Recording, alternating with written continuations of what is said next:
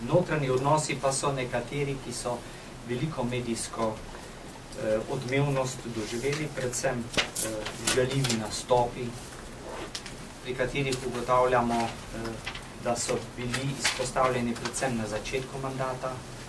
Takrat se je tudi sprožila ponovno pobuda, da bi se vendarle sprejel nek kodeks ravnanja poslancev v državnem zboru, kajti poslovnik teh stvari ne omenja, ne opredeljuje, pa nam to ni uspelo.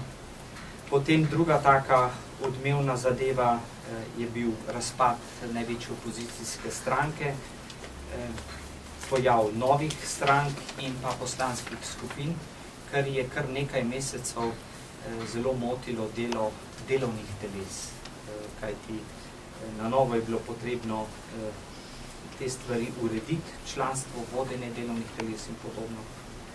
Potem je bilo vprašanje nadzornih komisij, to sta komisija nadzor javnih financ in pa nadzor varnostno-obveščevalnih služb.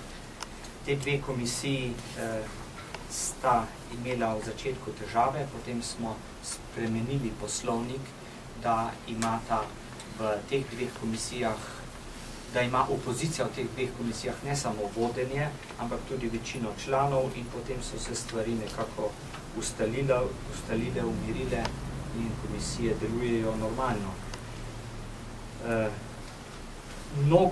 Mnogo je bilo tudi medijskega odziva na ustanavljanje in pa delo preiskovalnih komisij, tako da te stvari so nekako obeležile in pa notranji spori so nekako dali tudi svoj pečat imidžu državnega zbora. Pojavile so se tudi problemi, ki jih v prejšnjem mandatu nismo zasledili, in sicer način vodenja nekaterih preiskovalnih komisij, odstopi poslancev, v prejšnjem mandatu tega ni bilo zaradi načina vodenja, potem